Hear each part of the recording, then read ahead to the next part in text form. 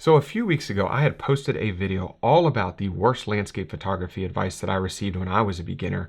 And I don't like to talk about the bad without also talking about the good, mainly because I think it's just as important to understand what to do as it is to understand what not to do. And that's the purpose of this week's video, is to discuss beginner landscape photography advice that you should embrace. Now, all the advice mentioned in this week's video is advice that I received in my first 2 years of landscape photography. And looking back on it all now, I can say that these are the 9 things that really impacted me, not only from a progression perspective, but also in just the overall enjoyment that I have for landscape photography. Now, I rated all these in order of importance. So best advice number 1 is hands down the best piece of advice that I received regarding landscape photography when I was a beginner. So to jump right into it, best advice number 9 is to shoot more. And I don't mean to shoot more often, although that's great advice as well, but to shoot more while you're on location. So instead of getting on location and trying to time the peak of that sunrise or trying to time the peak of that sunset when the light is at its best or the color in the sky is the most vibrant, because a lot of times that is a very, very difficult thing to try and time.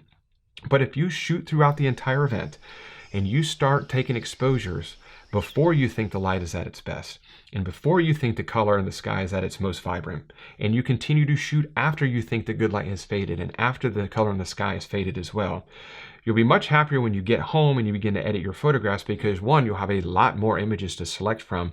And if you shoot throughout the entire event, I guarantee you, you will capture at least one image that is the peak of that specific event, whether it's sunrise or sunset or whatever it is that you happen to be photographing. So just to shoot more while you're on location.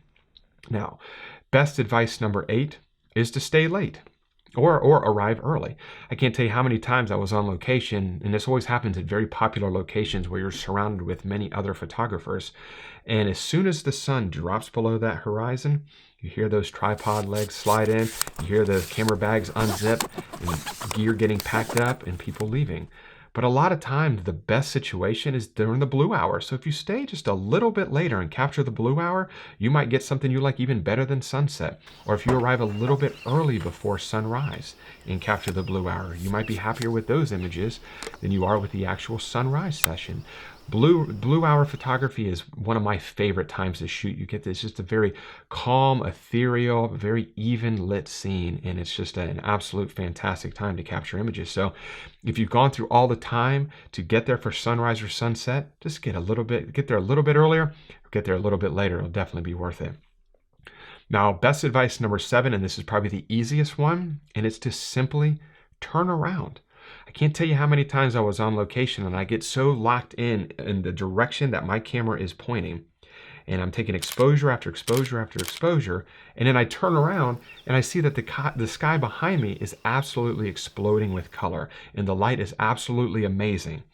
Now, it doesn't always mean that you jerk up your composition and change everything at the 0 hour, but just turning around and just being very aware of your surroundings, because whenever there's a lot of color in the sky or there's good light happening, you definitely want to look to your left or to your right and definitely behind you to see what's happening around your entire surroundings, because you might find a scene that you like a little bit better than the direction that your camera happened to be pointing in. Now, best advice number 6, and this is a very common one, but it's to shoot raw. But the reason I think this is such amazing advice is not because of the fact that you're just shooting in a raw format. It's the fact that raw photos, they have to be edited. They are very flat. They lack contrast. They lack vibrant colors. They're generally very dull. And when I started to shoot in a raw format, it forced me to edit these photographs, and it forced me to better understand things like contrast or shadows or highlights or color. And it just made me a much better post-processor because it forced me to edit those photographs. I think if you become very used to shooting in JPEG, a lot of these JPEG images that are coming out of today's cameras, they look fantastic and they don't have to be edited.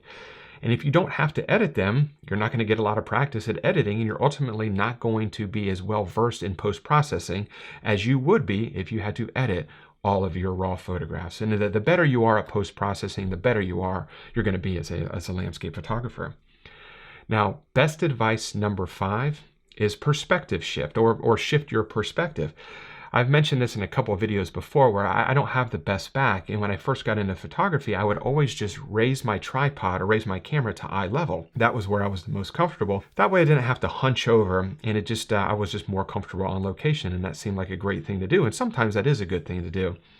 But just shifting your perspective a little bit, maybe get your camera just an inch or two off the ground, or maybe get a couple feet off the ground, or maybe lift your tripod extremely high and angle your camera down.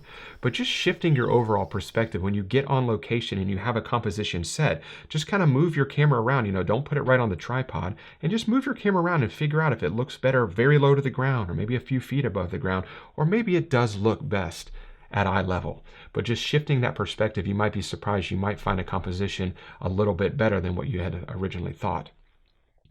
Now, best advice number 4, and this is a big one for me, it's research and plan.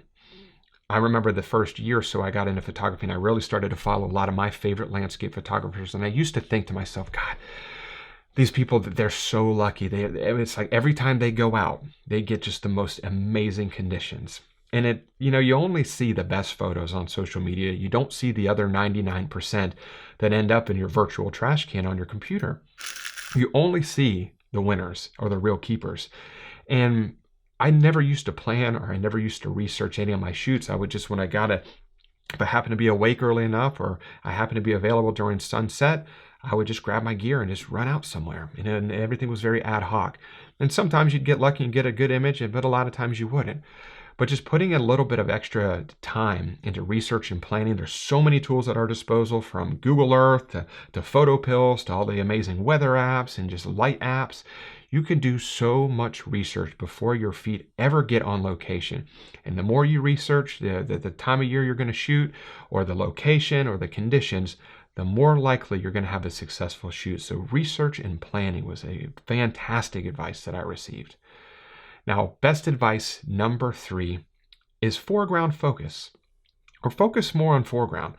This is something that I never paid attention to in my first year or so. And somebody told me, Mark, start thinking a little bit more about where the viewer's eye is going to go in your image. Where's it going to go first? And maybe try focusing on foreground. And when I started to do that, I saw a real change in my photographs. I saw images that had depth, images that had layers in them, foreground, midground, background. And it really made me not only enjoy my own photographs a little bit more, but it just added a little bit of I felt a little bit more confident, because I felt like I was having a little bit more success in my own landscape photography by just focusing on a foreground element. Doesn't mean you always have to have a foreground element, but just kind of shifting your focus a little bit to see if there is anything that you can put in the foreground of your composition to really anchor that photograph and draw the viewer's eye into your image. Now, best advice number 2 is to flip it. And this has a lot to do with best advice number 3, but to flip your camera into a vertical composition. So don't shoot everything in a landscape orientation, but just flip it into a vertical orientation. And I think that this is now hands down my favorite orientation to shoot in. In my first year or so, I think 95% of my images were all landscape oriented images. And I never really flipped my camera into a portrait or a vertical orientation. But once I started to do that more often, almost all of my images are now in that orientation. But I love that I guess I keep saying orientation. I love that orientation the most, because it just creates a much taller image, and it's great for creating depth, because you have room to put a foreground, you have room to put something in the midground, you have room to put something in the background, because it is a tall photograph. And I think it's just an amazing way to shoot landscape images. Doesn't mean it always has to be in a vertical composition, but to just, once you get on location, and if you're setting up in a landscape orientation, flip your camera. Or if you're setting up in a portrait orientation or a vertical orientation, and you think you have your composition set, flip it into a landscape orientation, just to see which looks better. But don't just get so locked into one without first trying the other. Now, best advice number 1, and hands down the best piece of advice that I received when I was a beginner in landscape photography, is to enjoy the process. Basically, slow down, be patient. Don't get so fixated on the end result, which is the photograph. And I used to put so much pressure on myself to get that perfect photograph. Everything would be a complete waste without that great image. But to enjoy the overall process, enjoy the process of just coming up with the idea of where to go shoot. Enjoy the process of researching the best time of year or the weather conditions that you want to take that photograph in. Enjoy the process of figuring out what gear you need to bring to make your idea become a reality, and packing up that gear. And enjoy the process of traveling to that location, or maybe spending the night at that hotel, or hiking to that location the next morning. Enjoy being on location and capturing the photograph, and driving home and editing the photograph, or maybe printing it or hanging it on the wall.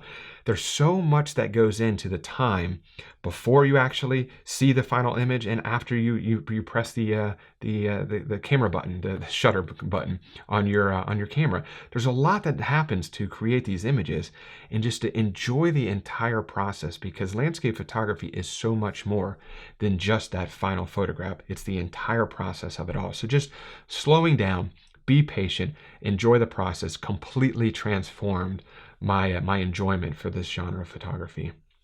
So those are the 9 best pieces of advice I received as a beginner in landscape photography. And I hope that some of that might have resonated with you, or maybe you were able to pick up a couple of things that you could apply to your landscape photography workflow or your overall enjoyment of landscape photography. If you have any questions, please leave those in the comment section below, and I guarantee I will get back in touch with you. And if you enjoyed this week's video, if you could give it that thumbs up and subscribe to the channel if you're not subscribed already. And as always, I really do appreciate you watching this week's video, and I'll see you next week. Bye.